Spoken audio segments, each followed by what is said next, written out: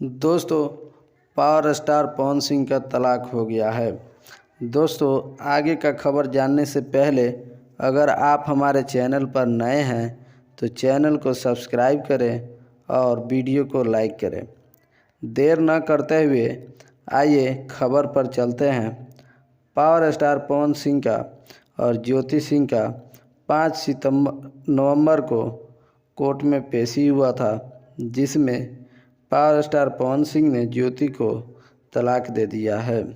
अब इस बात पर सस्पेंस है कि अक्षरा सिंह बदलापुर के एक शो में पवन सिंह की गाना गा रही थी, तो फैंस के लिए क्या खुशखबरी हो सकती है और पवन सिंह और अक्षरा सिंह एक हो सकते हैं।